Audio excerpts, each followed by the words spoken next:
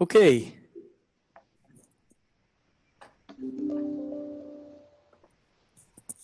My clock shows 7 o'clock. You have a quorum, Chair. We have a quorum. Okay, I'd like to call the meeting to order, the Public Safety Commission. Let's do the Pledge of Allegiance to start. Ready? Begin.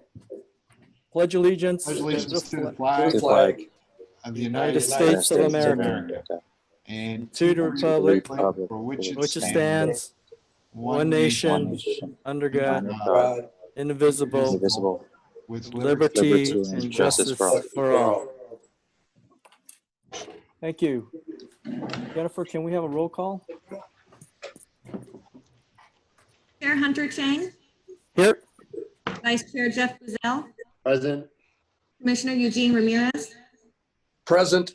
Commissioner Peter Leffler, Commissioner Al Bogue, and alternate James Lynn. We have a quorum. Okay, I thought I saw Al on earlier. He's there. He's on Oh, mute. you did. Are you on mute, Al? He waved. Okay, you waved. All right, good. I Okay. thought I should be quiet tonight. Okay. All right, agenda's been posted 72 hours prior. The written communications have been distributed. At this moment, are there any public comments? Anyone who wants to talk about anything that's not on the agenda tonight, i.e. not related to the San Marino Center or the stormwater system? Is anyone from the public here that would like to speak at this moment? We do not have any emails at this time. I do not see any raised hands, and there are no people waiting in the chat. Okay, great. Thanks, Jennifer. So we'll continue on with the agenda. We'll dive right into new business here, and we'll have a public input session on the San Marino Center renovation project. This project is to, of course, renovate the San Marino Center, and this is making the rounds. It's been at council. It's also been in a town hall, and tonight it's at the Public Safety Commission. So with that, I'd like to hand it over to Director Michael Throne, Public Works. All right, thank you, Chair Chang. Tonight is one of the many public meetings this month that we're going to use to gather input from the residents on their ideas and suggestions to renovate the San Marino Center into a refreshed community center. If you have joined one of our prior meetings, and our prior meeting just concluded about 10 minutes ago, you will be hearing the same presentation. We're committed to do the same presentation at each of these meetings so that everyone has an opportunity to hear the same information and to have an opportunity to share their ideas and suggestions. We'll be doing these meetings at regularly scheduled public meetings like this one, like at the other boards and commissions. And this is in a suggestion box format. We'll also be meeting with other various community groups and civic organizations that are here in San Marino. For residents who might not be able to attend our virtual meetings, we'll be sending out a questionnaire in the coming weeks about the renovation project. On the call with us today is Director Cervantes, our Community Development Director, Ms. Amanda Merlo, our Acting Community Engagement Manager. Besides the two chiefs, also our City Manager, Dr. Marlowe, is calling in to this. So she will also be on the line listening in. During this process, we're going to make ourselves available for one-on-one conversations, should people wish to do that. And if you have other ideas as to how we can reach out to the public, we're certainly very interested in hearing what those are.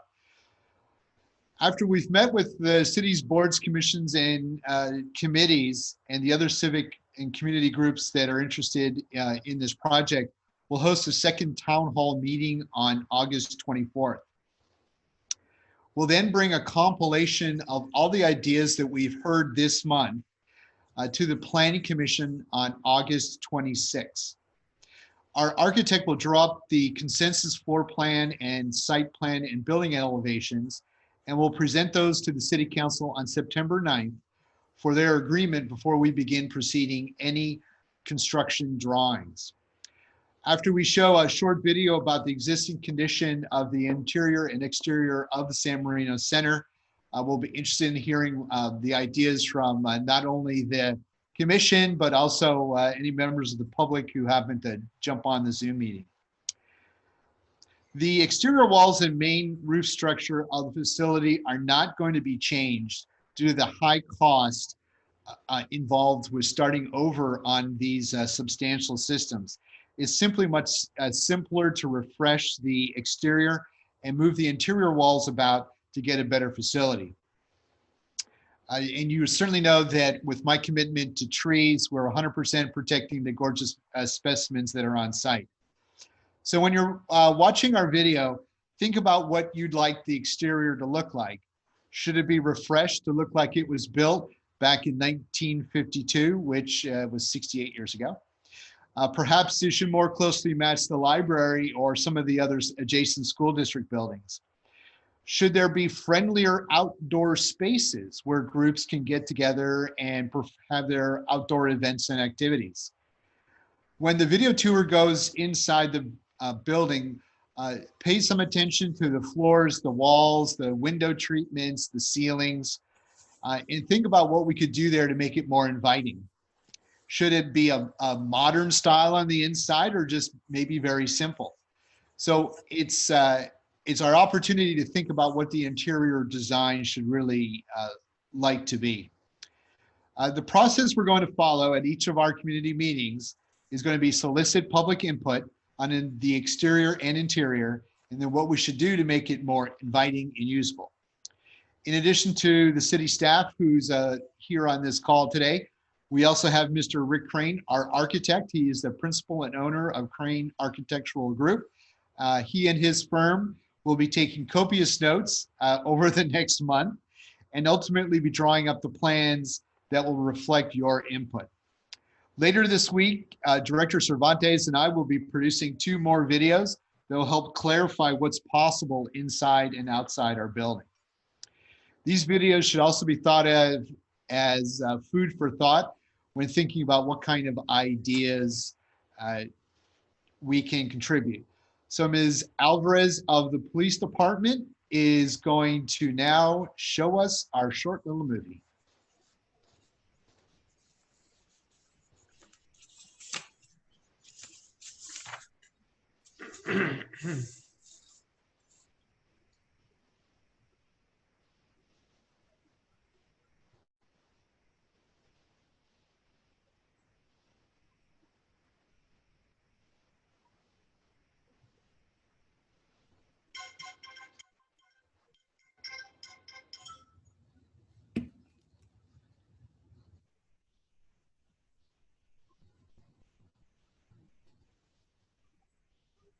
Okay, we seem to be experiencing a minor technical difficulty. Oh. So thank you, Commission. You know, it always works out really well in rehearsal, how everything goes technologically speaking. But then when you're put on this, there you go. Let's see. Perfect.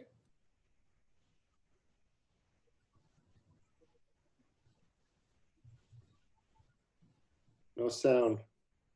We don't have any sound.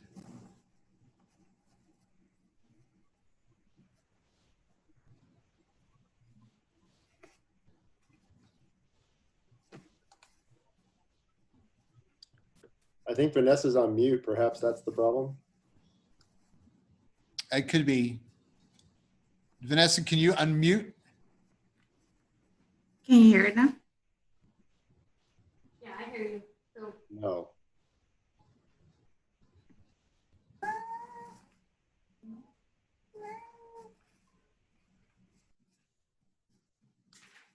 it's Well, this is why our 6 o'clock show is so.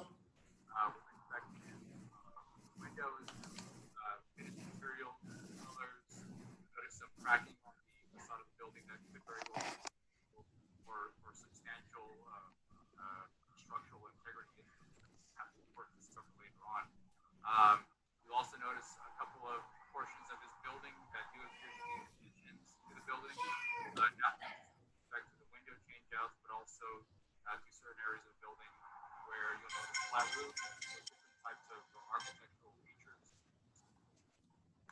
Yeah, at this point, join me on a walk the tour of the exterior of the building.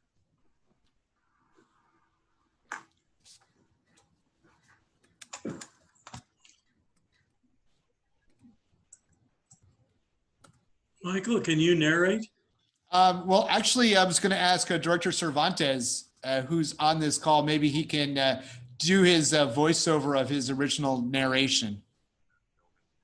I'd like to point out a couple of sections of the structure that don't appear to be original to the original construction of the building. As we go along the side, which is the west elevation, it appears that there is an addition on the side of the building, which is currently used by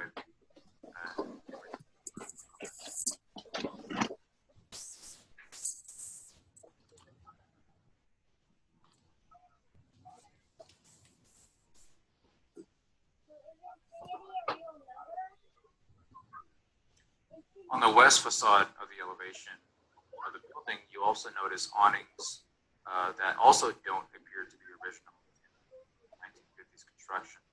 In addition to the awnings, there are several windows along the face of this building that also appear to also not be original, as they are aluminum style windows, where the original windows of this building were steel cases.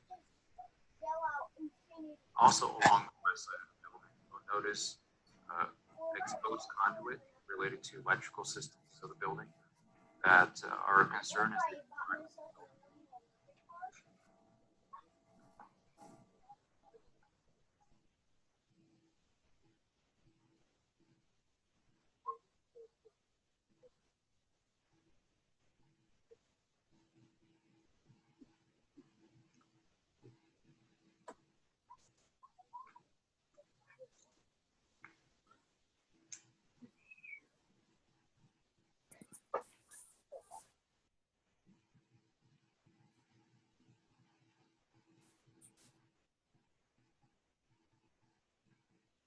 along the south facade of the building, you'll also notice an addition that was also not built during the 1950s construction.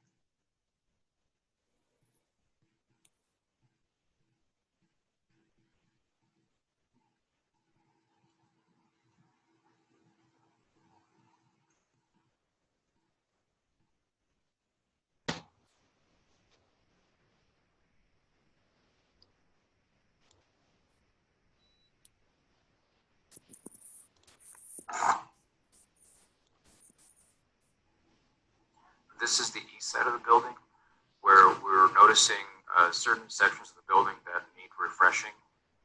With respect to a window, you'll notice some rot damage that will need to be looked at and repaired.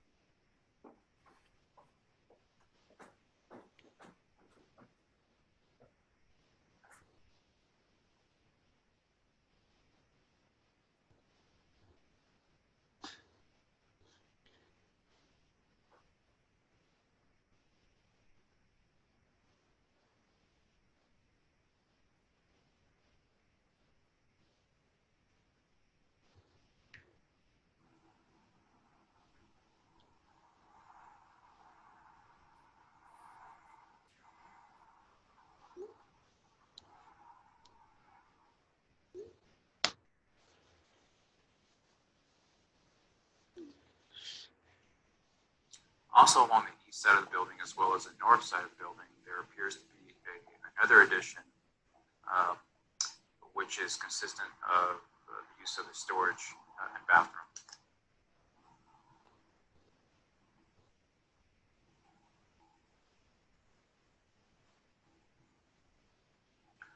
On the north facade of the building, you'll notice patchwork under the window.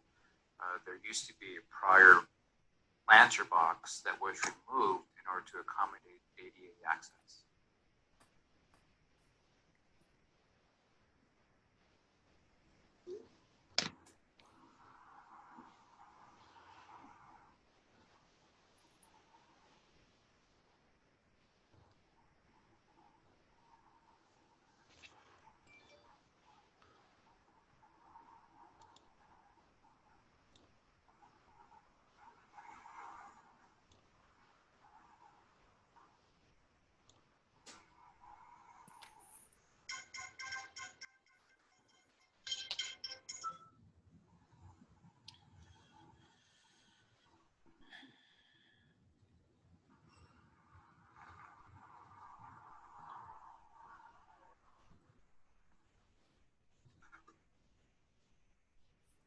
Thank you, Director Cervantes.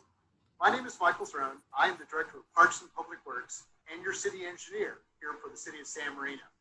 At this point on our tour, what I would like to do is take you into the building and show you all the different features and some of the challenges that we have as we look forward to improving this building so that the community can use it for all great activities. So come along with me.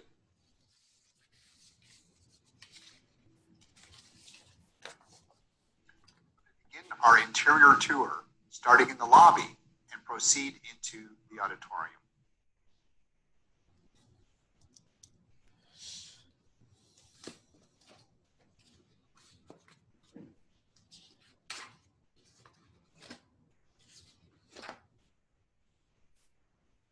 The auditorium is currently set up for classroom style seating.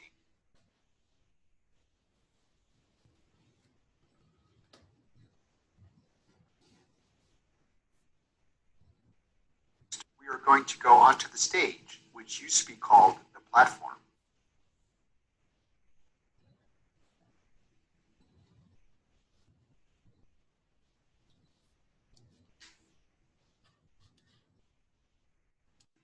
Out from the stage, we can see the entire auditorium space. Above the auditorium is a simple truss.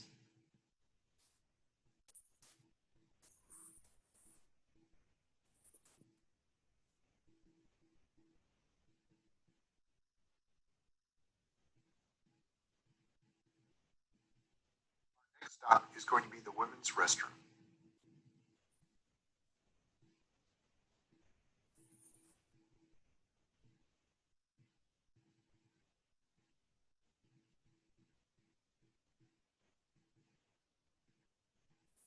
This restroom has been significantly modified since its original construction.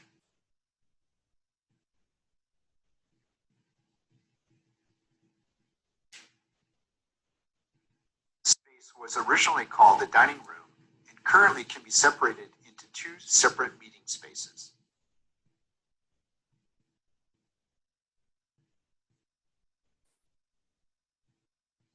This room also has a very interesting roof structure, a wooden arch truss system. The original men's bathroom was just off the lobby and not nearly as large as the existing one.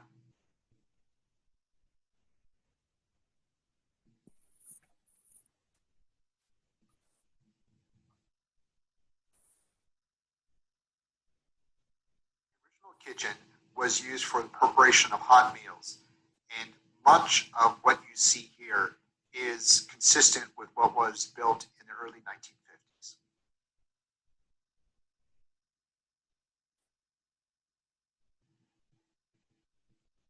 Next on our journey is the fireside room, which used to be called the lounge.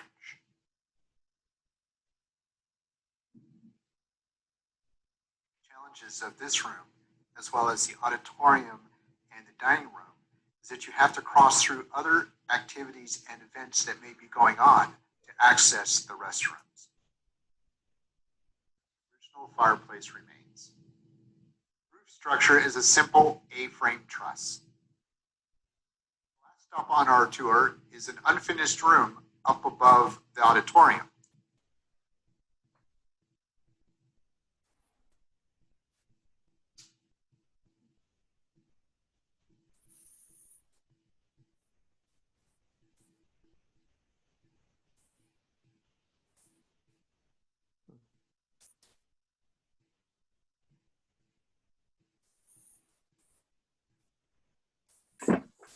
On behalf of the City of San Marino, Director Cervantes and myself, thank you for taking a short walking tour of the San Marino Center with us.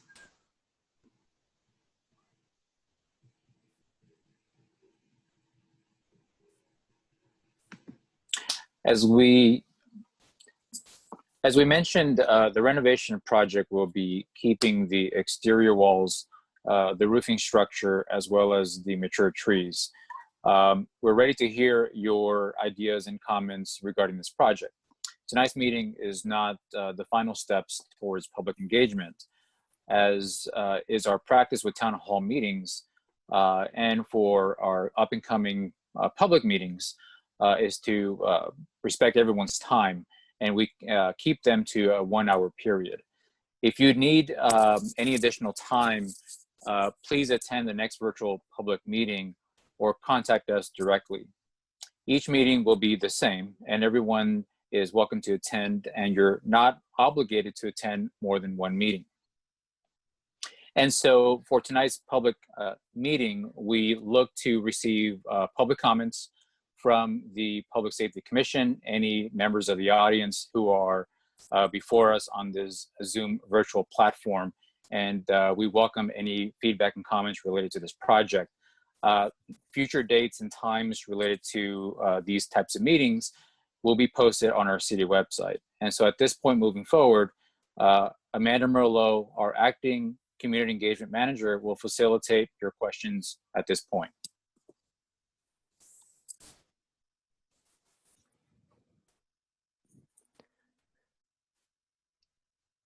Thank you.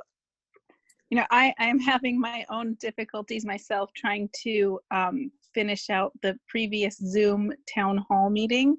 It's a little bit hard for me to see everyone on my phone here. So I was hoping maybe Vanessa or Jennifer might be able to help me out, or Michael, to help facilitate some of the comments here. Well, I think what we want to do, Chair Chang, is, as always, this is your meeting, and this is yours to command as you wish. So if you would like to go down your list of commissioners, I see we have a council member and a citizen on board the meeting, the Zoom meetings. So whatever it is, your pleasure as to how you would like to take any ideas or suggestions that the group might have. Okay, thank you, Director Throne. Yeah, I'd like to first start and see if we have any public comments who are here on Zoom. And we'll start with those, and then we can move on to any comments from the commissioners. So do we have anyone here from the public that would like to speak on this? And if so, please state your name and address for the record.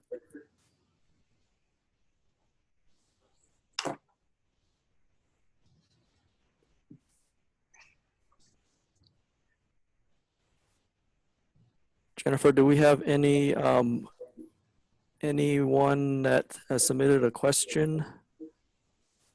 I don't have any emails. I don't know if perhaps Amanda has another email address that people were sending things to, but the fire@cityofsanmarino.org address that was listed on the agenda report doesn't have any comments at this time. I have a question. So we talk about only modifying the interior, so we're going to leave the exterior. Do we know the condition of, for lack of a better term, the bones of the structure, i.e. the wood? Is it still good quality? Is the termites, you know, do we have any idea of how structurally sound the building is? Excellent question, Chair Chang. From the visual observations that Director Cervantes, who is your Director of Community Development, as well as your building official, we've observed that there could be some issues related to water. I know that the building has leaked during my tenure here. It's often difficult to figure out where the water is coming from, but it's definitely coming from the roof system somehow. It's not been, the roofing materials have not been replaced for a while. As part of, unfortunately, how jerky the video was. If you go onto our website and actually watch it from the website, it's significantly smoother. There are surface defects in the exterior coating and in the interior coating. In some of the corners, you can definitely see paint bubbling. That shows that there's the presence of water. Overall, though, the building does not appear to have anything that we've not observed that could lead us to believe that there's a significant issue in there. One of the things that we'll be doing is going up, having our architect on site and doing some exploratory surgery, as it were, to look up above the ceiling tiles in the auditorium and in the dining areas, just to see what the structural system is going on, what's going on up there. The exterior of the building is open for revision. As I mentioned, we could refresh it and maybe turn it back to 1952. We could make it match some of the other buildings. That really is where we're looking for guidance from the community as to what to do with it. Okay, thank you, Director Throne. Do we have any comments from the public? If not, we'll move on to the commissioners. If any of the commissioners have any questions or concerns. I have a couple questions. Director Throne, good evening. What's it going to take to make it ADA compliant? And are you going to have to change up the entire HVAC system? The building will have to be, and the site will have to be totally upgraded to ADA compliance. As Chief Rueda mentioned at Friday's City Council meeting, he and other chief have on occasion during City Club meetings have had to assist some of our older residents up and down stairs because we really don't have any accessible pathways in. And that will be something that this project, to do any renovation or remodeling, it's obliged to make those improvements. And that's factored into anything that we do is going to be like that, especially the restrooms, all the egress points, the site itself, from where we wind up designated disabled parking. One of the things that is very unique about the building is that most of its internal building systems are original to 1952. So all the electrical system will be replaced. All the plumbing we can get to, we'll be replacing that, because as we go and improve the restrooms and move walls around as it's necessary, all of that will come out.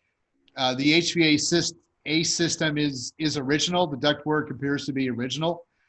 And as I mentioned in our last meeting, there are at least 4 furnaces in that building, and it appears that as one cropped out, they just added another one to replace it.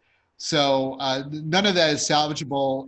Mr. Crane and I have had discussions with Director Cervantes, and outside of maybe salvaging some sentimental building systems that look really neat from the 1950s, it all goes and becomes recycled.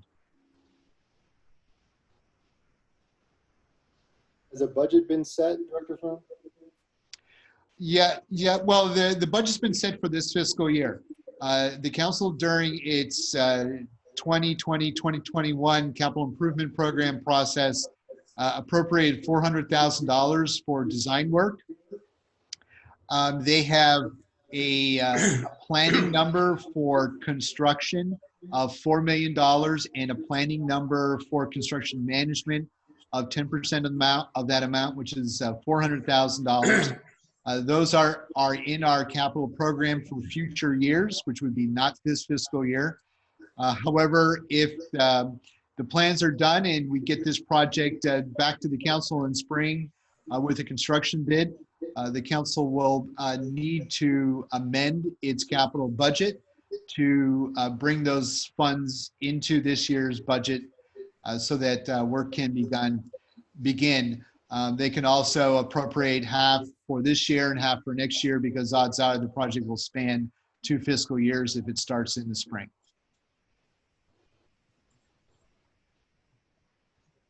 The packet that we got, Director Strong, includes a site plan, floor plan,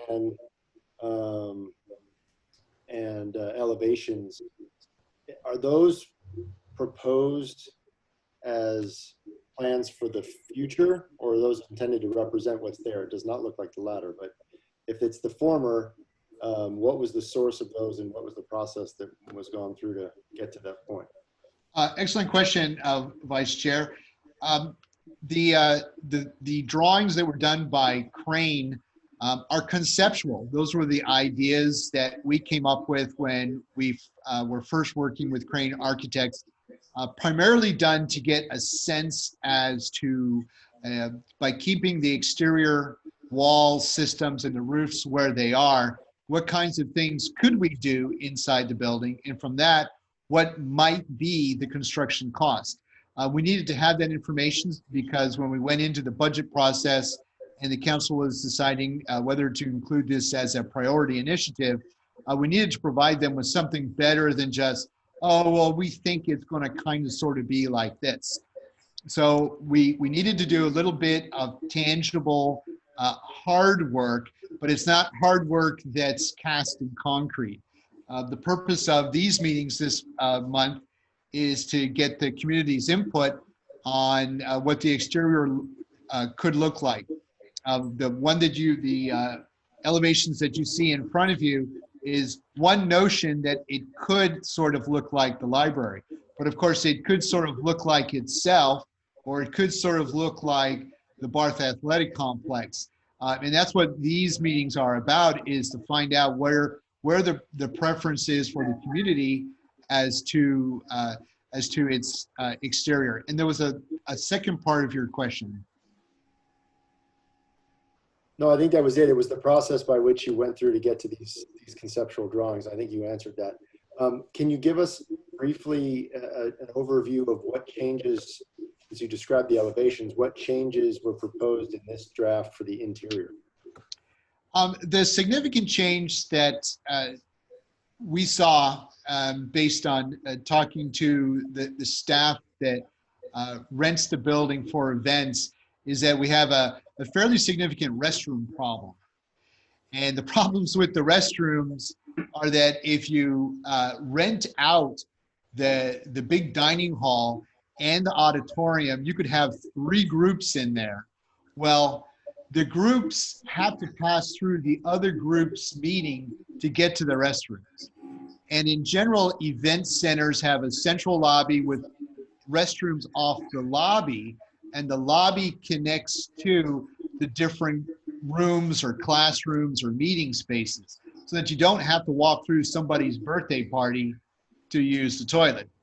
So that was something that we looked at was being a deficiency for today. It was very appropriate in your packet. If you look on, I would say it's going to be the final drawing of this agenda item in your packet. You'll see a very old drawing from the 1950s.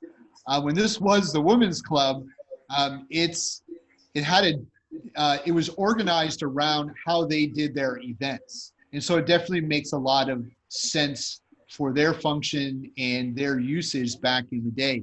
But because we've evolved into it being multi-group, multiple activity event venue, it would be appropriate to cure that situation that goes on there. The other thing we looked at was basically we really don't do kitchen work anymore. The Women's Club, they did full meals and they had a full, complete commercial kitchen. We've allowed that to kind of move away from what a commercial kitchen is required for today. And so looking at the kinds of activities that go on inside the San Marino Center, more of a warming area might be more appropriate than a catering kitchen or than a full meal preparation kitchen. One of the things that has become very apparent in the since March is how meals are prepared and how meals are served to people. If you go to sanctioned events, the meals are already prepared. They're their individual servings. So a catering warming area is more maybe more appropriate than a full kitchen. Again, it comes down to what the community is interested in using the building for, and do they envision that sort of thing in the future.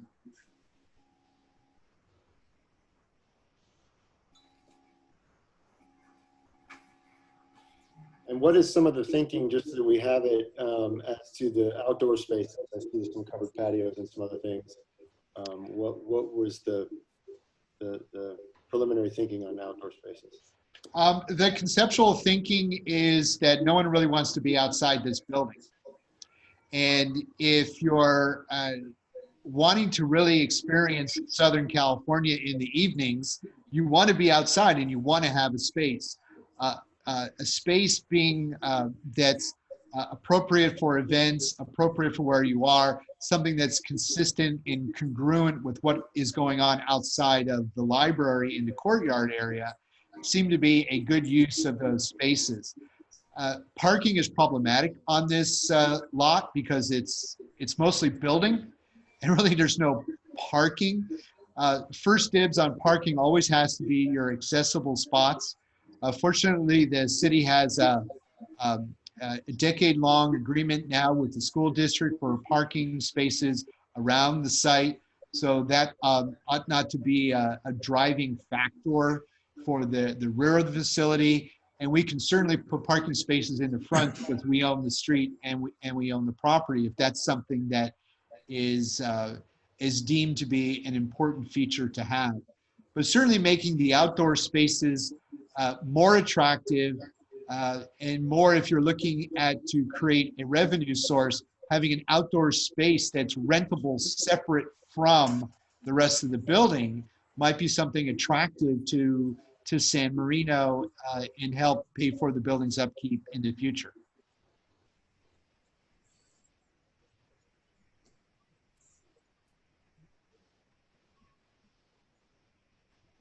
Thank you.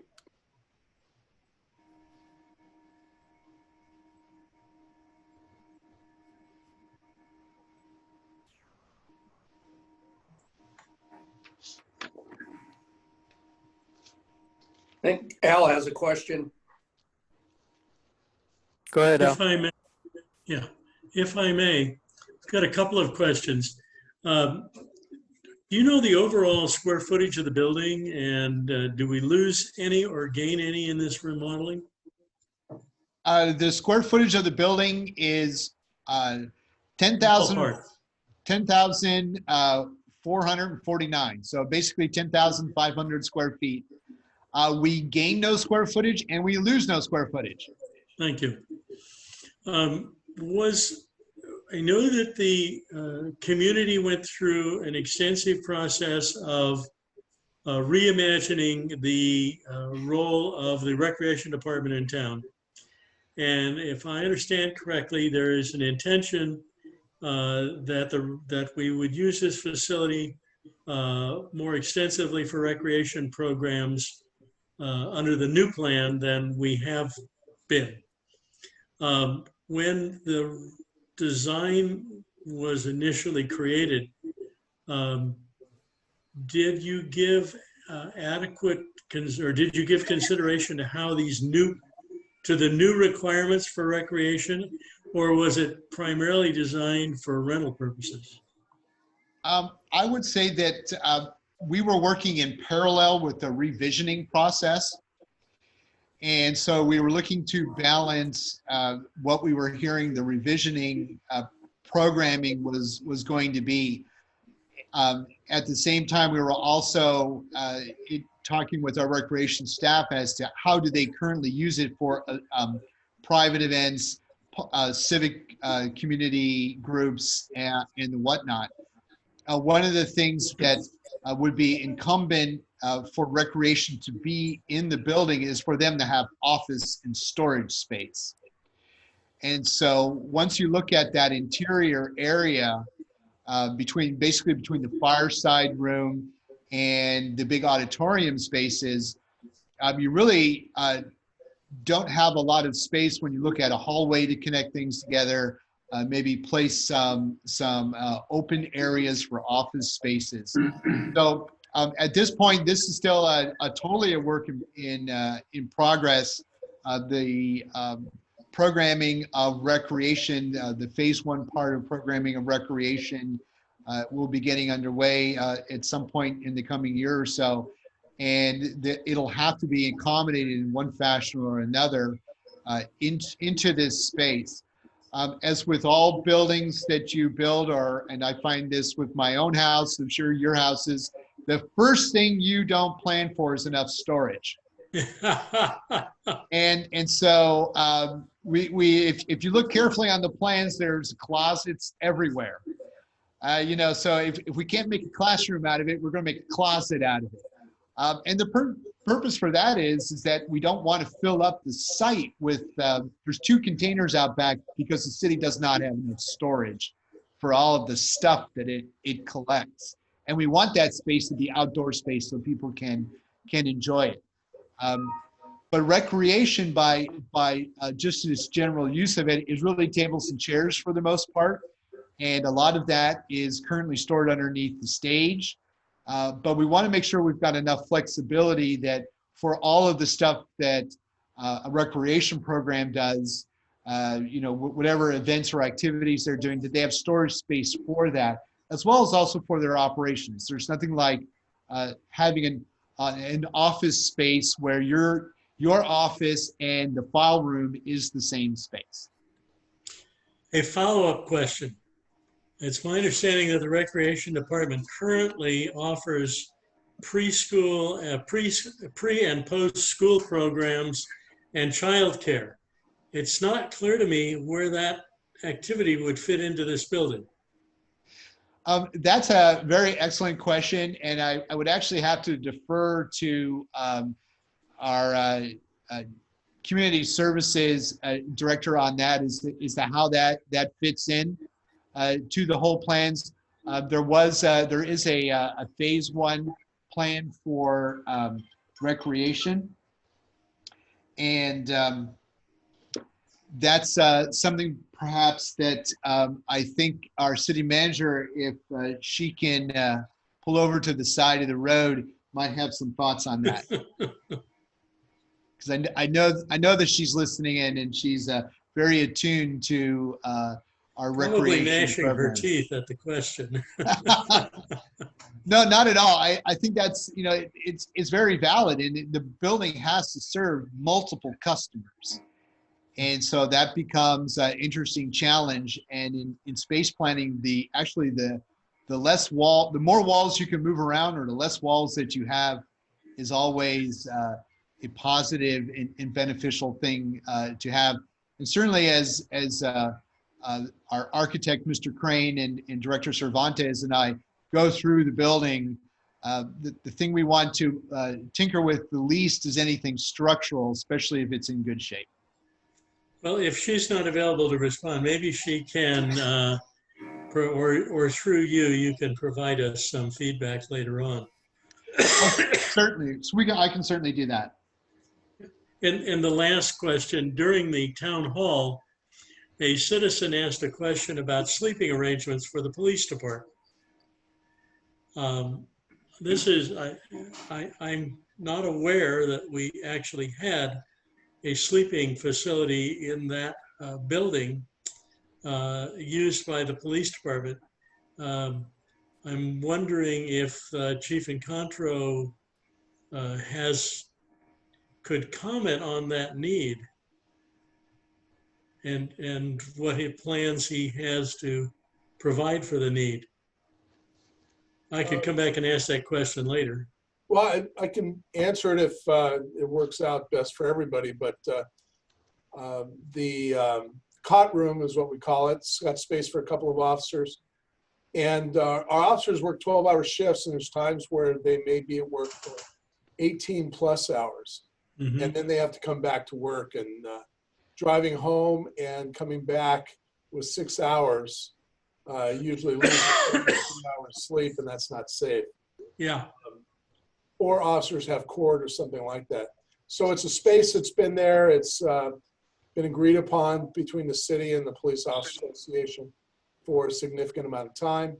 And we have asked that a space remain for them within this facility because there's no space at all in the current police station.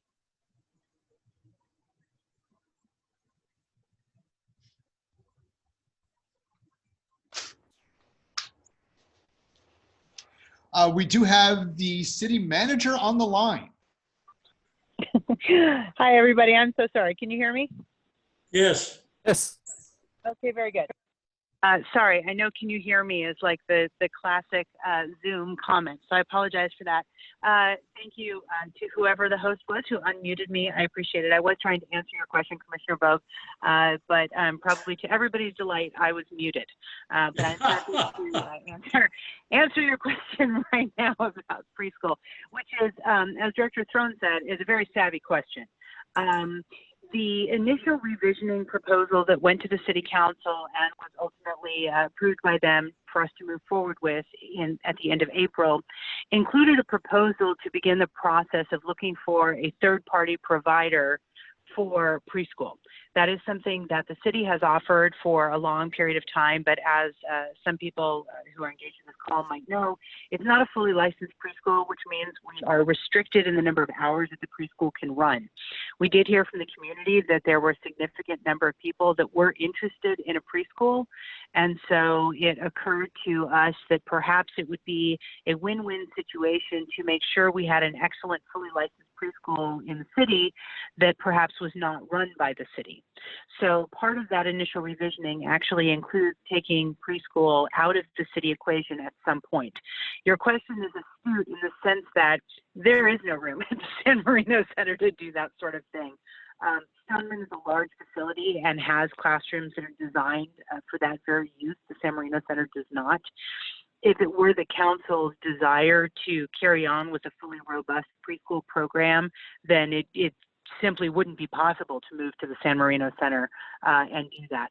On a separate note, very recently, just I believe a week or so ago, the school district actually has looked into procuring a contractor who might actually be able to provide those same services on school property.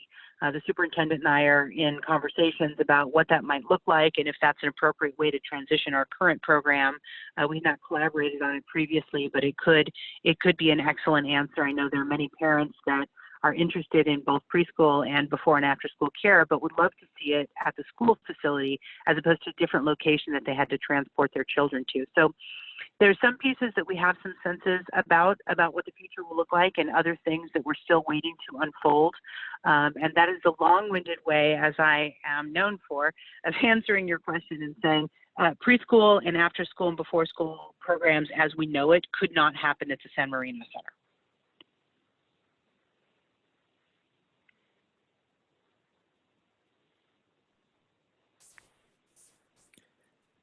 Thank you, Dr. Marlowe.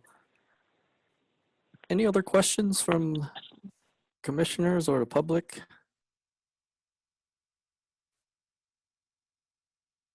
I guess I have one more One question. question, Hunter. Oh, go ahead, Pete. Director Throne, will the stage remain with the remodel? I love that stage. And one of the things that when I first started to talk to Rick Crane and we were batting around ideas, it was, oh, that stage so has to stay. It's the only one that we have under our control outside of a very child-oriented one over at Stoneman. It's used a lot. When I had an opportunity to be a recreation director for about 2 months, I would go over there and people would be using it for recitals. It's a very unique space. It's something that's an asset to the building. I think it presents a wonderful entrepreneurial donation possibility for someone to have a stage in San Marino named after them after they've contributed enough to have full curtains, full screens, the whole 9 yards, the lighting, the whole setup. So short answer is yes, absolutely the stage remains.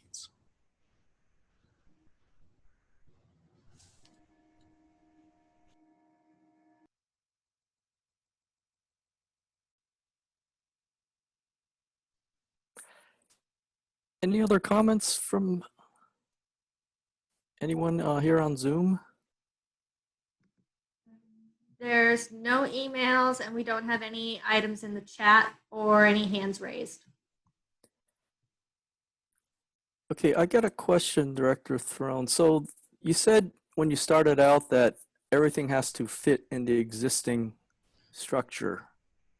So there's no leeway to change any of the, I guess, layout, physical layout. Are we totally restricted to the footprint that's there? We made a very conscious decision to stick with the footprint. It makes it a lot simpler to renovate. If we were doing that, we would not be building something new against something old. You usually have some sort of discontinuity between an old and a new structure. If you go and look at the addition in the back, it does not match very perfectly. And it was less than 10 years from when the original building was built. So once you start making an addition to a structure that's close to 70 years old, you're going to start giving it issues in the long term because you're not going to be able to match them up exactly correctly. And then pretty soon, if you want to, now you're removing a lot of the existing building to accomplish something for an addition.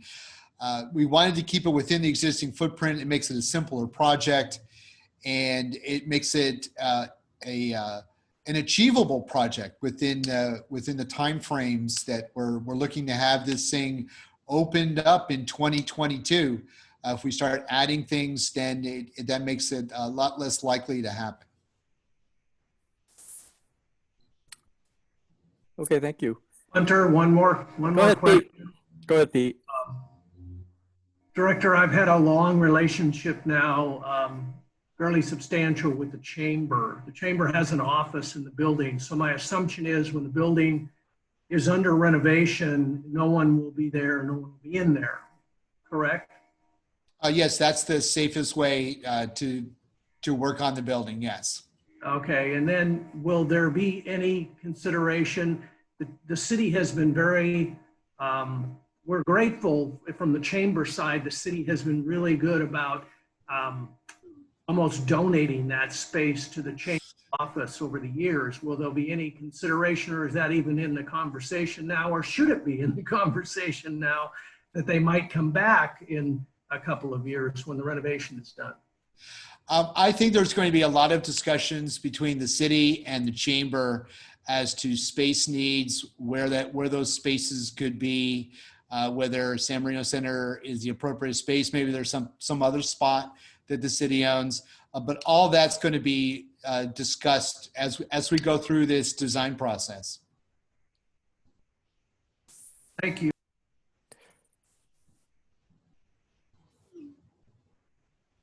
Michael, is there going to be enough parking? I know you talked about it earlier, but I mean, we've got the new Barth Gym. We've got, we've got Huntington there, the library. There's an event at the San Marino Center. There's, we thought about maybe having to build a extra parking structure, maybe perhaps with underground parking. Well, a lot of places would consider a parking problem a success problem. At this point, we really don't know what the Barth Athletic Complex is going to do. We were thinking it was going to start absorbing a lot of the parking. However, pretty much since March, anything we've been thinking about when it comes to parking and traffic is pretty much out the window for quite a while.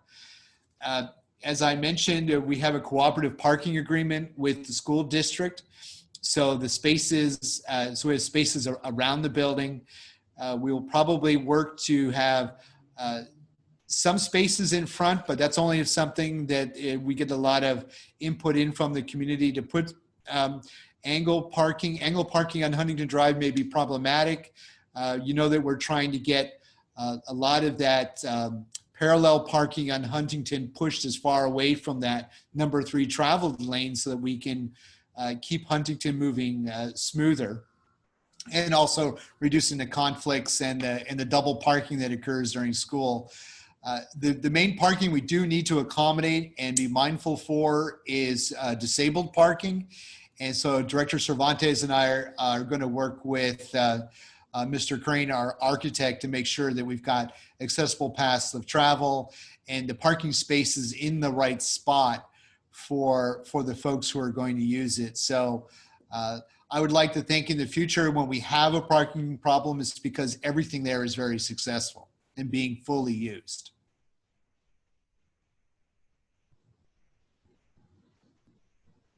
Cross that bridge when we get there, right? Any other comments from the commissioners or public? Perhaps Mr. Crane, did you have anything you want to add?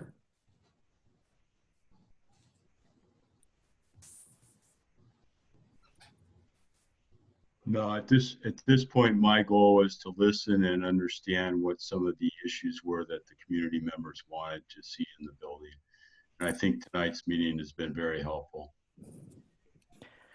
Well, thank you for your time. Thank you for joining us. Okay. I would like to, Chair Chang, just to wrap this up.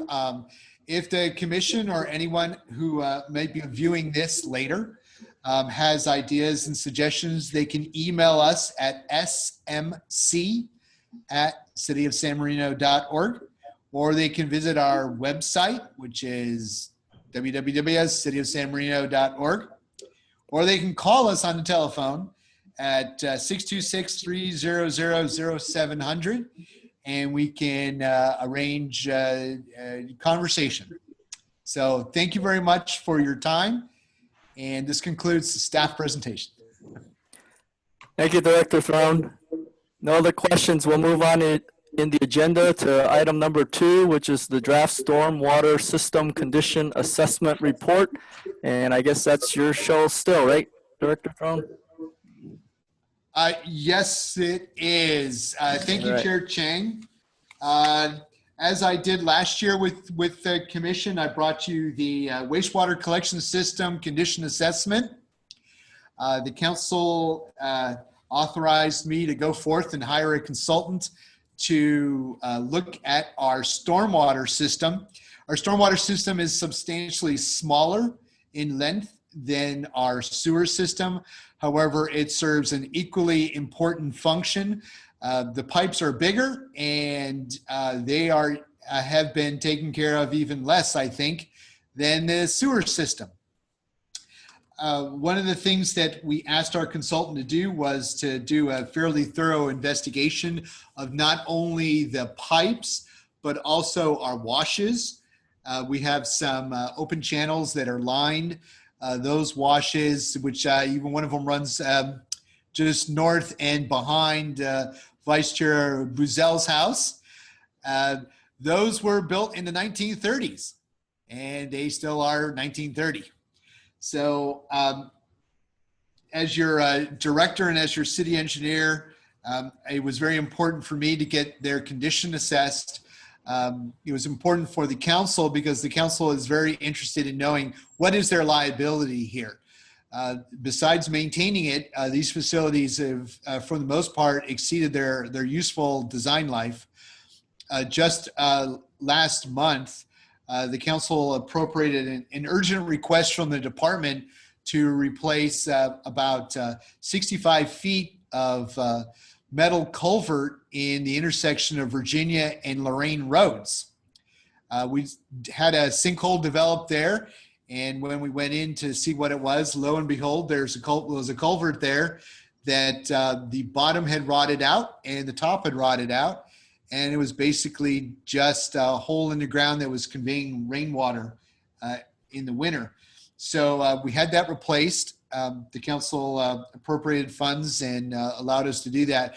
This is the more programmatic approach. It's planning. And so there's a lot of information in this report. And I appreciate that you all received it and maybe took a glance through it. I think the most important area to go over with this report is page 17 and 18. Page 17 lists the projects over the next 10 years that have been prioritized based on their condition. And you'll see on page 18, there's a map that shows those projects and their priority. Priority 1 projects are always listed in red. Those are the ones that require immediate attention. Those are the facilities that were deemed by our consultant as ones that need attention much sooner than later. You'll notice that there's 2 big lines. One is actually runs east-west in Lacey Park. And that's a fairly large diameter storm drain. And then there is the one that basically runs down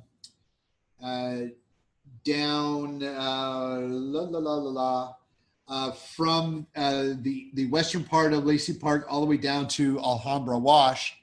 Michael, south of Huntington. Do you have is there something we're supposed to be seeing, or are we looking at the packet that was distributed? You're looking at the packet.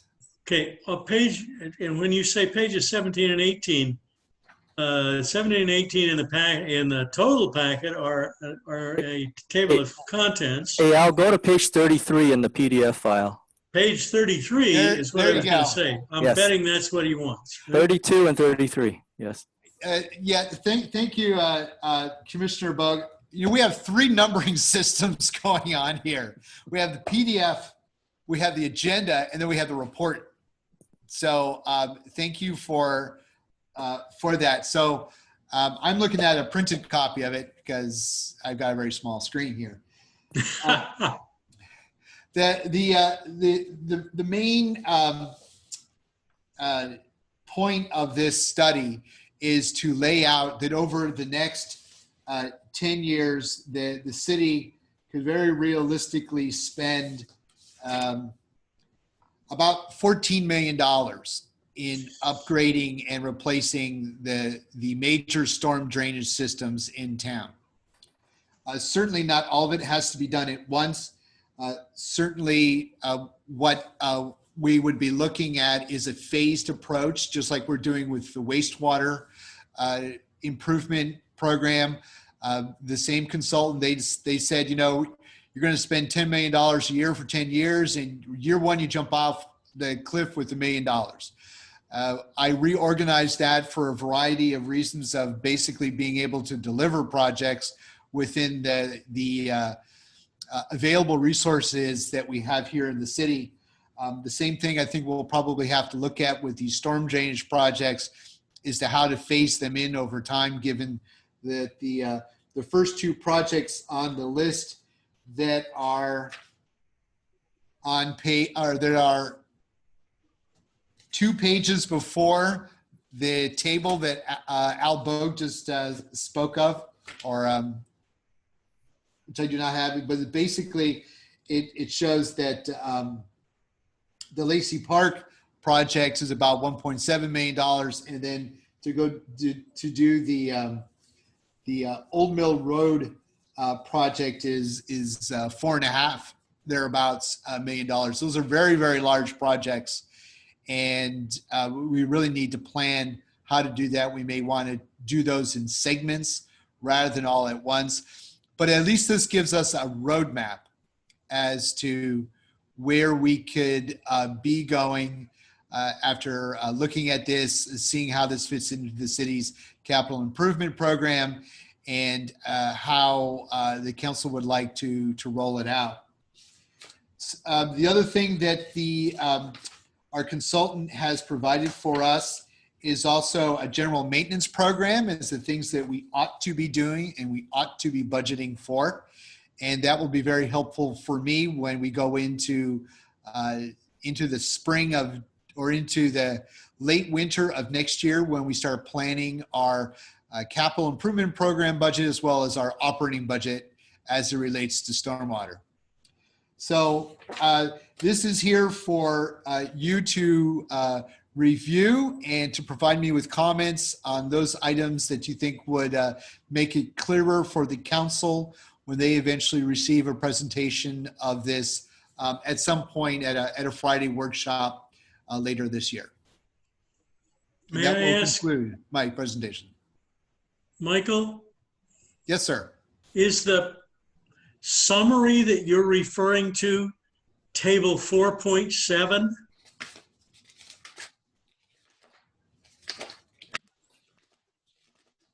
Where you list the projects and the money?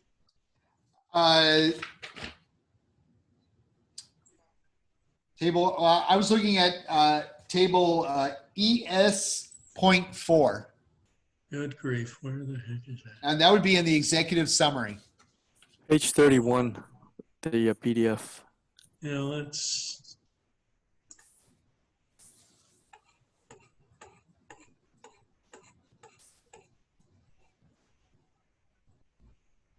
Page,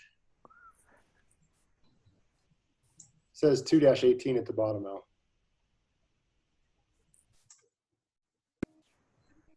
okay.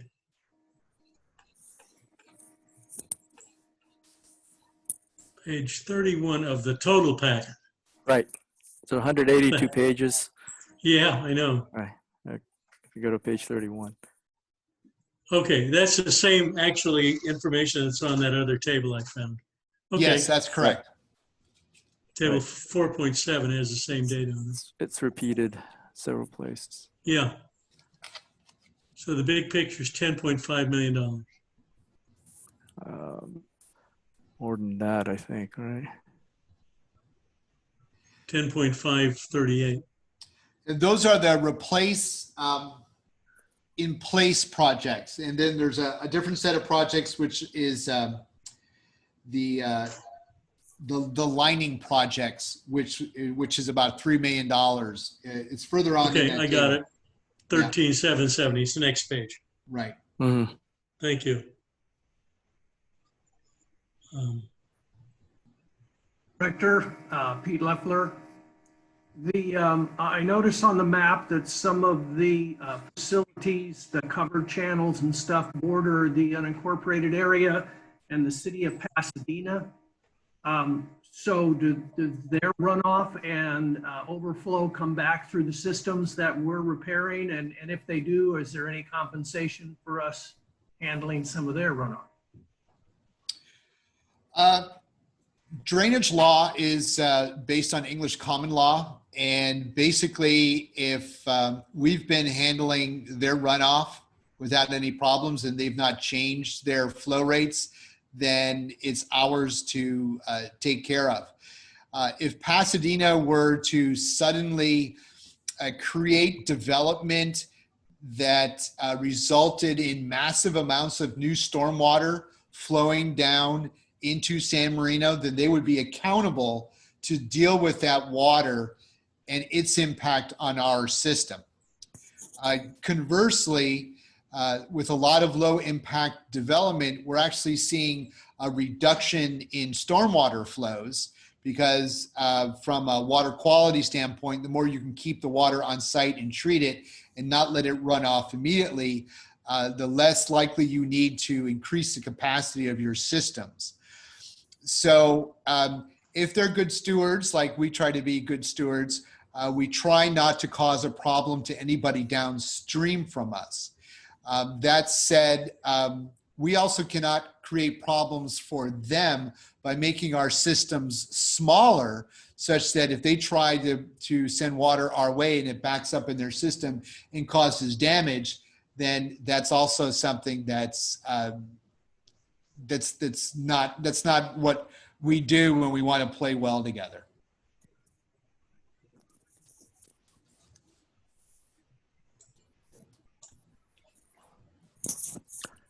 Any other questions for Director Throne on this report? I guess just one, Hunter. Go ahead, Pete. What is the overall time for this, Director, for this project to be done? My plan is to introduce these results to the council as a workshop item for them to understand, to be exposed to it. And then as we develop the coming years, next year's capital improvement program, start to see how these projects would fit into our capital expenditure plan. Excuse me. And also look at how increased maintenance, which is something we need to really be paying attention to on the remaining facilities, how that's going to change our maintenance budgets. So this is a long-term, this is a decade-long project, as it were. It's a program, and that's how I like to look at this. Is a stormwater system rehabilitation program. It's going to take, 10 plus years and somewhere around $13+ million to accomplish.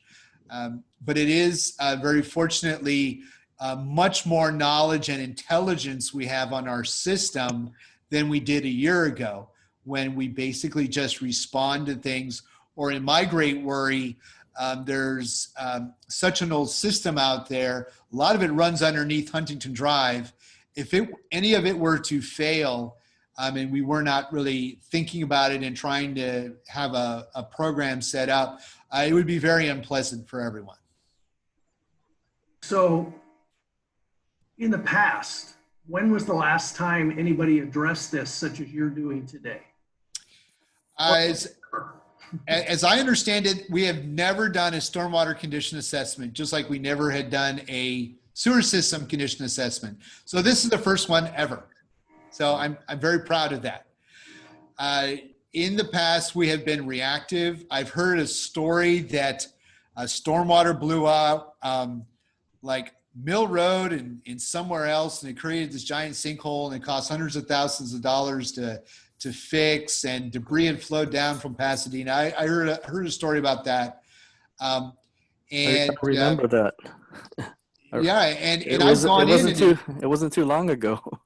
And I've gone in and inspected a lot of these facilities. I once had an opportunity earlier in my career to work on a Bureau of Reclamation project that was built at the same time a lot of these facilities were built. And it was really cool. It's like, wow, I've seen this before in Northern California, and it was built in 1930. And where I was, that water district was very actively going through and replacing all of it because it had just old and worn out. So seeing that, I was able to convince the council, and I think the council 2 years ago, when they were looking at overall condition of all of our assets, they got the street system squared away. There's a 13-year program on that.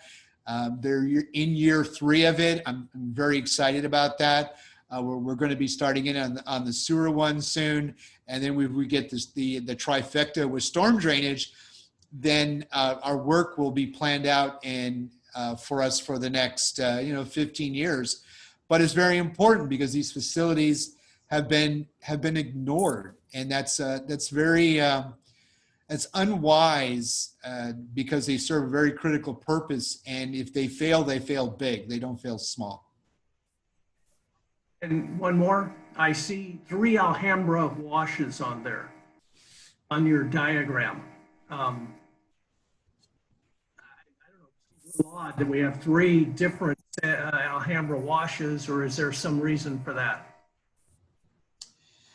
They all go to the Alhambra wash, and the wash, I believe, down below is actually physically the wash. These are tributaries to it. But I will check with my consultant on that, because I know we call the one just north of Vice Chair Buzel's house, we call it the Mission Wash. And just because it's by Mission Road. But South Pasadena calls it the Alhambra Wash. And so I'll just make sure that we are using the right nomenclature for them, or even just give them different numbers for our own purposes of record keeping. Director Strone, since you've mentioned it twice now, I thought I would ask a question. The wash that comes up, the easternmost Alhambra wash on your chart here, comes up through San Marino and shows it ending at Monterey and then popping up again a little bit higher up. I'm assuming that little pop out is the section you're referring to as the Mission Wash. The part that goes basically under the property line of my house is not on this map. Does that mean that portion is South Pasadena's wash? Yes, it is. Okay. And so are we coordinating, since it's a middle section that connects two of our own sections? Are we coordinating anything with them to review that? I will reach out to them and let them know that we've inspected our part and that it would be a good idea for them to do theirs. It was all built at the same time. They all have the same, they're all at the same age. Question? Go ahead, Al. Question. A great deal of development has taken place at the Huntington Library, Botanical Gardens, art museums in the last few years. Has that had a measurable impact on the stormwater system? I don't see any drains running through the property. They appear to be running around the property. I've not heard any anecdotal tales of flooding because of the Huntington Library Art Collection Gardens. They're very responsible when it comes to stormwater. They actually like to harvest it and use it because they use groundwater and they get a recharge from that. They're also very environmentally conscious. And so as they pave their areas, they're complying with current regulations for stormwater quality and stormwater runoff. I would not expect that they've actually increased their flows any. I've talked to my guys who've been here for a long time, and there are really, outside of things clogging drainage inlets or clogging pipes, there's really no flow issue that we've seen in the last several years. And I fortunately have been here during some really, really good rainstorms now that the drought is, I guess, over. And really, it's only surface water that where we have problems. It's not the culverts themselves. Thank you.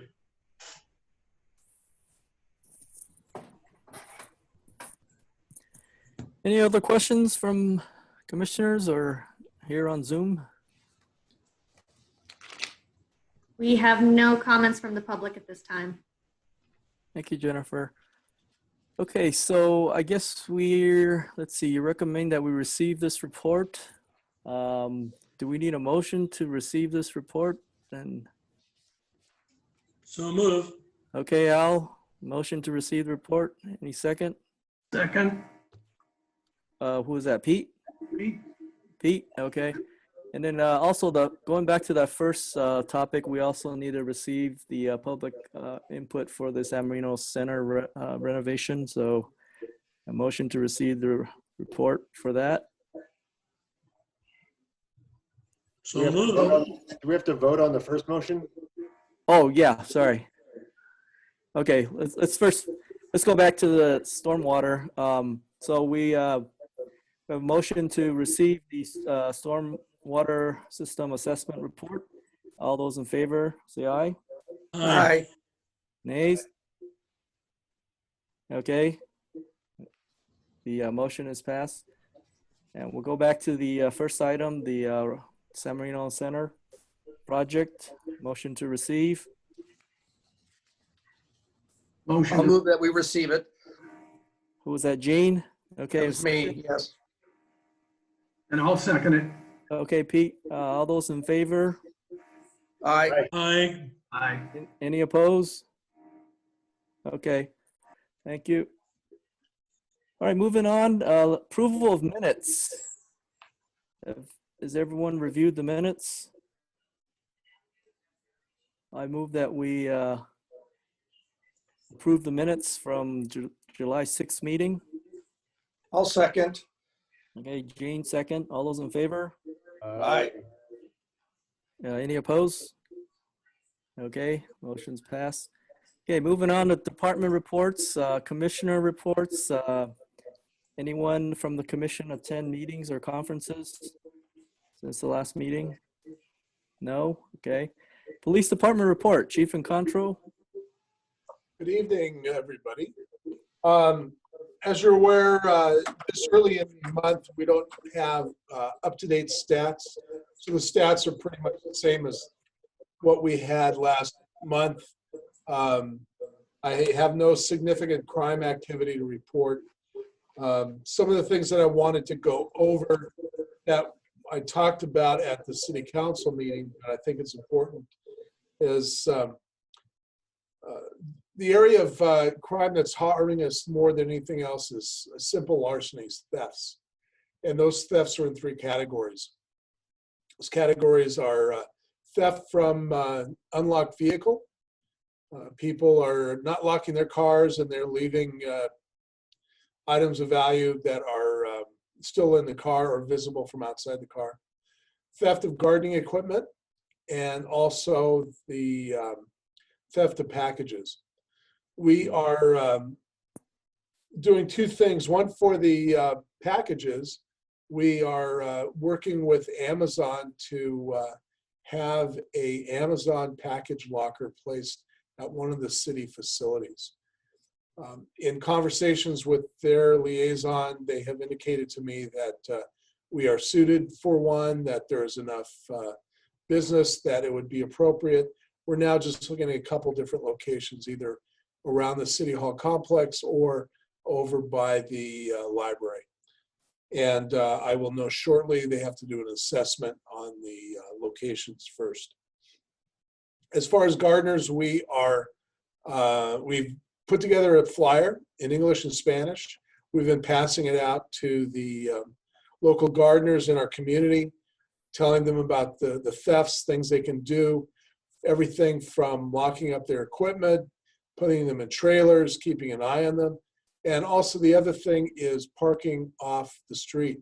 If the residents allow them to park in their driveway, and we're working with Council Member Susan Jakubowski about a Safer and Back program where the gardeners would park their car towards the back of the property. That way they'd be able to keep an eye on it, and a little less likelihood someone would actually get out of their vehicle, walk back to a property and take something. And we've also provided those same flyers to planning and building. They are handing them out at the counter to people coming in for a new business license. So we're trying to get that going, and that's working out pretty well for us. Last week on Thursday, we had a neighborhood watch meeting with 25 of our block captains.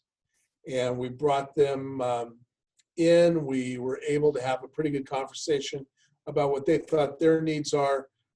We've asked them to think about the idea of communication methods, about different types of engagement, how they would like to do their own programs. We also gave them an update on crime, and we are now providing them with our monthly report from the Public Safety Commission on email to the block captains. And also we're making sure that they receive the monthly stats, just as you do, commissioners. They were happy with that, and both of those items were at their request. As you're aware, we've got 22 of the flock safety cameras up throughout the city. And during this time, we're able to make an arrest of a person who had stolen a vehicle and was driving through our city. We've also had a couple of incidents where a car had a stolen license plate. but they recovered or they've reported it to a local agency, and also a stolen vehicle that they reported to a local agency. Generally, the agency goes online and they take the information of the stolen vehicle, the fact that it was recovered, they take it out of the database, and it should be updated immediately. We found that there was an issue with the department not doing that. So we've instituted some extra protections for our officers to make sure that we are not inappropriately stopping someone or putting someone at risk in a high-risk stop. So we're making sure we verify the information. We're working with our IT to be able to get quicker information in the vehicles. We should have no problems as we move forward with our new vehicle purchase and the new mobile digital computers in the vehicles. We're anticipating that our first round of vehicle purchase will be by August, sometime this month or early September. Then it will go to an outfitter who will put in all the various lights and other equipment. That takes about a month, and then they'll be out in the field, and they do 2 or 3 at a time. And one of the things, we're going to change the look of the police cars. Instead of having a single white door, the car will be entirely black. It will still have markings, but they'll be more updated. They'll be blue, white, silver, and gray, but just more of a gradient. And it will say San Marino Police. Police will cover both doors. We'll have it on the back. We will have it on the top. It'll say SM with the car number on the top for the air unit to identify us. And the city seal will also be there along with our motto. Different look. Officers are excited about it. The biggest thing for me as the manager of the department, not painting those 4 doors white saves me $1,000. And putting on the lettering is about $400 to $500. So I have an overall savings of about $500 just by going to an all-black car that is still readily identifiable as a police car. It will still have lights, it'll still have siren and everything else. The motorcycles will be here fairly soon. We've identified a couple of officers who have requested to work that detail. One of them has had prior experience, but they'll both be going through a motor school for their own safety, and along with sending them to traffic school and other different schools that will help them in the field. They'll become part of our traffic enforcement team, but more importantly, they'll be our traffic safety team. And hopefully that will come up and be completed in about 6 months. That's my report. And if you have any questions, I'm available for you now. I have a question.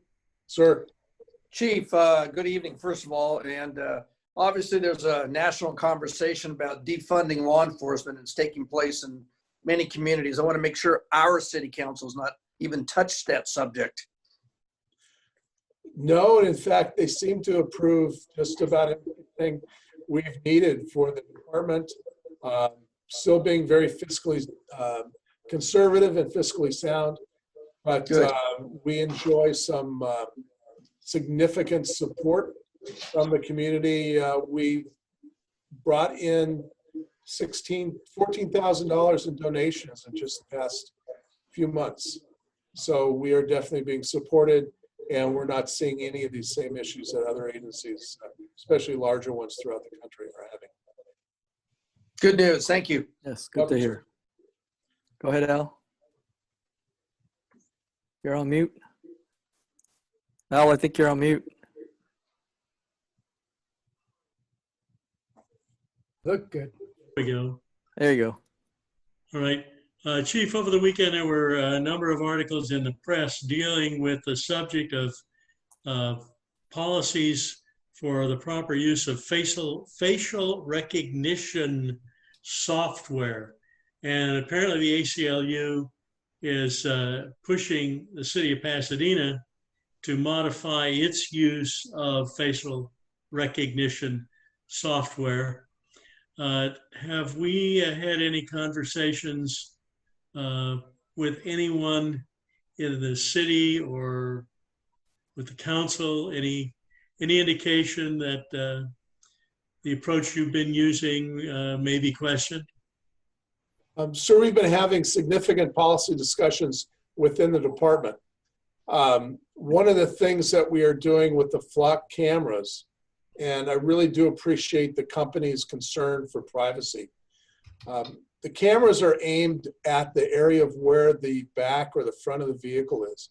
They are not being aimed at the driver. So we may get an occasional image as a vehicle is moving forward, but primarily the information that we obtain with the license plates are only the license plates. Facial recognition is a tool. It is part of a series of steps we would take in an investigation. It's like DNA. We can get a hit on DNA. However, we have to verify that DNA is accurate. We have to verify that the lab is doing it properly. We also have to make sure that the person who's identified through DNA was not just a casual passerby who touched an object or touched a surface, that indeed they were there for some kind of nefarious reasons, and we are able to connect them that way. So we are fortunate that we're not having any issues with the ACLU or any others. We are making sure privacy is followed. We also make sure that we delete data that we don't need, and following the city's policy on retention of information. Thank you. Any other questions for Chief and Control? Okay, thank you, Chief and Control. Moving on to fire, Chief Areta. Good evening, Commissioners. This month, you have the report in front of you, but I did want to touch on a couple things. We did onboard one new firefighter paramedic employee, Carlos Torres. He comes by way of San Bernardino Fire Department, where he worked on an ambulance, and that training is extensive and ongoing. So it's involving one of our shifts almost there full time. The other thing I just wanted to touch on was, although we live in a relatively quiet neighborhood, just over the past month, the firefighters went from 2 major fires in our neighboring city of San Gabriel, including the Mission, which was harrowing and really caused extensive damage. The second was the incident I wanted to point to was the firefighters were also sent to Santa Clarita for a brush fire that occurred in the county area of our area, and where our firefighters ended up working with a bulldozer crew developing fire line. And to top that off, we had a resident bring in a grenade into the police department, where we initiated our evacuation procedures, moved everybody out, stood by with the police contingent, and Chief and Contra called in the sheriffs, who through an X-ray deemed it was real, but it just didn't have the firing mechanisms in it and the explosives. So that was good news. And just today, we sent out one of our firefighter paramedics as a line paramedic to the Apple Fire in San Bernardino, where he'll be working with fire crews on the line for the next week or so. So while normally a quiet area, it can be exciting at times. And that concludes my report. Thank you, Chief. Any questions? Go ahead, Al. I may have missed it in your report. I was just curious about the status of the doors to the firehouse, and also I noticed that you're in the process of getting bids to replace flooring and bids to replace the rescue ambulance. Do you have any updates on any of those three things? The doors, Michael and I have worked with a variety of different vendors to secure bids, and I think we finally secured a vendor that met all our requirements and has given us a date of this week to start. Great. Michael, do you have anything more on that? Nope, I'm very excited. They're going to be very pretty when they're done. How about the flooring or the ambulance? So the flooring, we're still examining. It's funny how things work out, but the new firefighter paramedic we hired actually in a previous life was a journeyman union floor installer. Yeah, all right. Oh, good. So he made a number of recommendations to us. He had to take a pay cut to come work for us. Well, he took a pay cut to for San Bernardino before us, but his family owns a business, and he actually recommended to us that we look at some of the flooring that the hospitals and other facilities are using that are easy to sanitize and low maintenance. So we're still in the exploratory phase of looking at various products that fit both fit the health and safety for our people and then fit our budget. Are you going to be able to move the washing machine and the maintenance area outside as you had talked about before you've changed the flooring? I think we're still examining flooring as in terms of our project schedule. I haven't seen that yet. Okay. But we do have a firefighter paramedic here that's a general contractor. He actually happens to be our firefighter of the year here, firefighter paramedic Richard Fixon, and he balances the project management with his regular duties of running calls and doing training. So he is working on a project schedule, but the first item was looking at really what type of products we'd be looking at for flooring. So we'll start with that.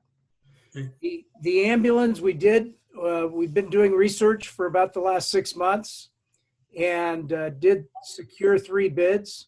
Although the bid that was the lowest bid was problematic in that they spec'd some equipment that didn't meet our standards.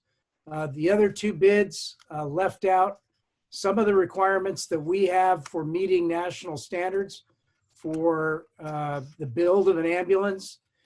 So we have rejected all 3 bids and we're starting out again.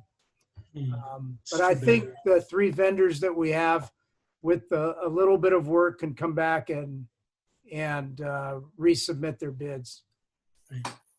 Thank you. Thank you, Chief. Any other questions for Chief Rueda? Okay. Thanks again, Chief Rueda. Moving on to Public Works, Director Throne. I think you're on mute. Okay. Thank you, Chair Chang.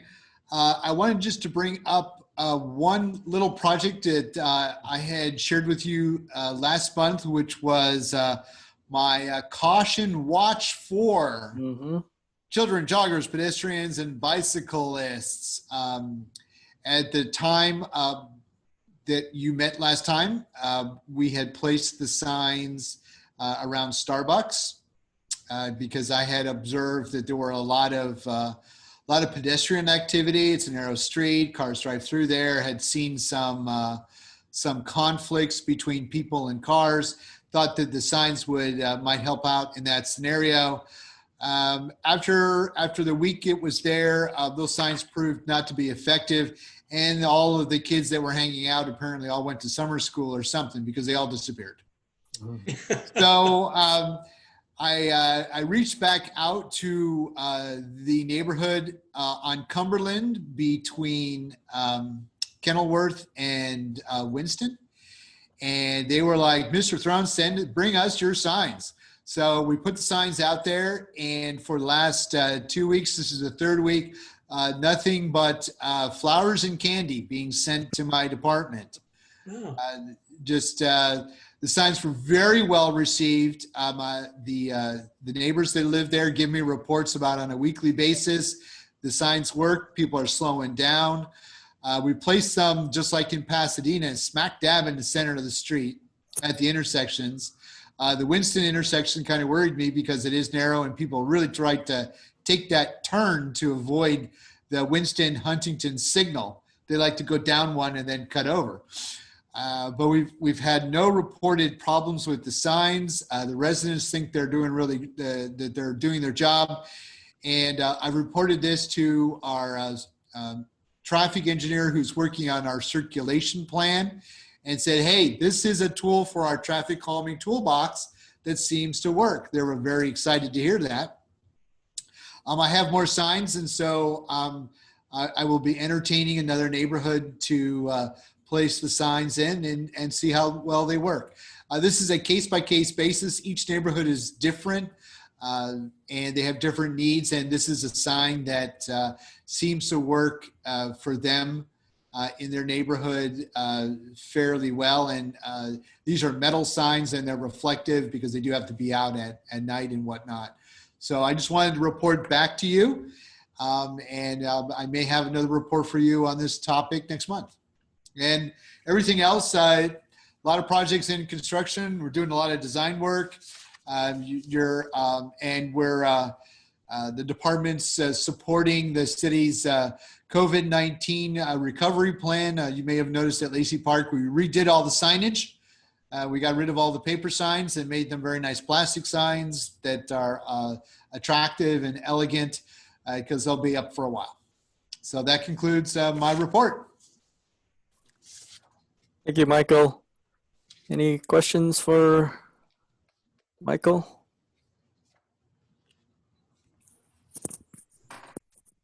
Okay, looks like we've come to the end of our agenda. Our next meeting is Monday, September 7th. Now that day is Labor Day, and are we gonna have a quorum that day? Does anyone plan to be out of town? I will most likely be out of town for Labor Day. But if needed, I'm sure I can make myself available if anybody else is going to show up. I'll be the same here, although, I mean, Zoom makes being out of town and attending a meeting for now kind of easy. All right, so it looks like we'll have a quorum, so we'll keep the date, Labor Day. Is that a holiday? That's a holiday for the city, right? Yes, it is. Okay. So we should change that meeting then so they don't have to show up and participate. Yes. Okay, I'm fine with that. Should we move it to the following Monday?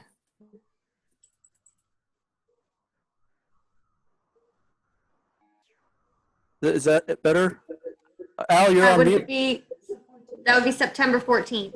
Yes. Are you saying something, Al? I see your mouth, your lips moving. Okay. I was just saying the 14th is fine with me. Okay. So I guess we need to cancel the 7th and then reschedule it for the 14th. That works. Okay. Jennifer, can you do that, please? I will update it on the city calendar and on the minutes that go out. Great. Thank you very much. Okay. Any last thoughts before we adjourn? Chair, can we do a motion to receive and file the police, fire, and public works? Oh, reports? sure. Yeah, I keep forgetting to do that. Can I have a motion to file the police, fire, and public works reports? So moved. Okay, Al. I'll second. Gene, second. All in favor? Aye. Aye. Any opposed? No. Okay, motion's passed. Okay, so we will meet again September 14th for our next meeting. Thank you all for your Thank you. Have a good night. participation. Thank you. Good night. Thank you. Everybody. Night. Good night.